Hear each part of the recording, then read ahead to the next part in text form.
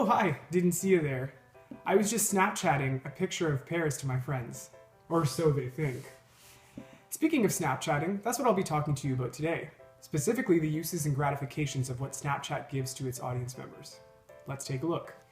So to define the theory, Thomas Vergara of the University of Texas Communications Department identifies it as an approach in media effects developed by theorists Herta Herzog and Elihu Katz that study the gratifications that attract, motivate, and give audiences incentive to use certain kinds of media, specifically in my case, Snapchatting. And this kind of media helps satisfy their social and psychological needs.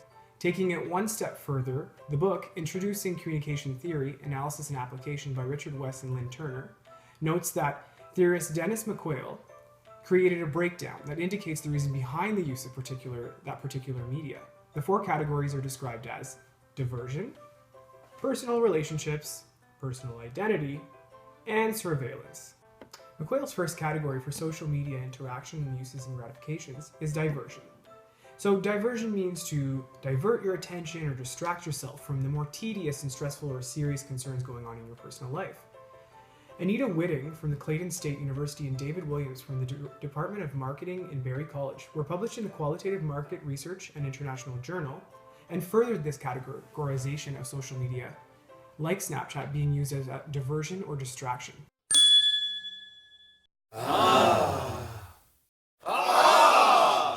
Personal relationships being category 2 of what McQuail mentioned earlier with the uses and gratifications social media theory, is that we identify that our personal relationships can flourish or diminish through the use of social networking sites like Snapchat. Lucas Pivic and Adam Joinson from the University of the West of England Centre for Study of Behaviour Change and Influence say that Snapchat's function is to act as a social lubricant of sorts, facilitating the building of social capital between users, adding a smooth and gentle finish. They identify the term social capital, as defined by Robert Putnam, as the connections and associated norms of reciprocation among people. There are two types of social capital, one being bonding capital and one being bridging capital. Bonding social capital describes the deep and emotional relationships we have with family, partners, and close friends, where we are using Snapchat to share personal or intimate connections, in the case of partners, something like sexting. On the other side of the personal relationship spectrum lies what Putnam describes as bridging social capital. This type of social capital describes the less developed relationships with people like previous coworkers or former classmates, where you don't necessarily share a similar background or emotional reciprocation. So all in all, Pivic and Joinson conclude that Snapchat is predominantly used for the first type, bonding social capital, where a large percentage of Snapchats consists of flirting and things like sexting. The third uses and gratification of social media is described by McQuail as using it to develop and maintain personal identity. Theorists Lucas Pivic and Adam Joinson talk about this as well. They identify a primary use of Snapchat as being a selfie and narcissistic engine.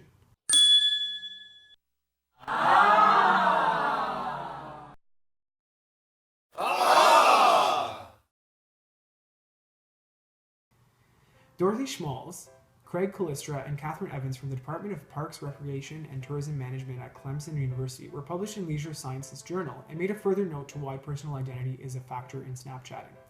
They note that the social media, like Snapchat, have the technological capacity to make the world seem much more connected, where this small world can serve as a means of confirming and strengthening a social identity. The last category for the uses and gratifications of social media by McQuail is using the platforms as a form of surveillance of what your social network is doing day to day. When we're talking about Snapchat as a surveillance tool for gratification, we want to take a look at what Alice Marwick from the Microsoft Research Center, published in the article in Surveillance and Society Journal, had to say. Marwick describes the term social surveillance over social media networks like Snapchat as used primarily to see what friends and family and acquaintances are up to. Networks like Snapchat are designed for users to consistently examine and keep up to date on the almost minute-by-minute posts people leave behind. She explains that what used to be framed as stalking or creeping is now normalized, and we almost are expected to give people consistent updates on our own lives, and then also know what others are doing in their own lives, right down to the brushing of their teeth in the morning. Marwick furthers to say that these technically mediated communities are characterized by a high awareness of being watched. Therefore, Big Brother is watching. In conclusion, we started by talking about the uses and gratifications theory and how it relates to why people use social media, primarily our example of Snapchat. The theory indicates that Snapchat, and other social medias like it, give audience members incentive to satisfy their social and psychological needs through 4 categories developed by McQuail, discussed earlier. Let's rewind it back in a Snapchat story, shall we? Category 1, diversion. Category 2, personal relationships. Category 3, personal identity. Category 4, surveillance. Thanks for watching.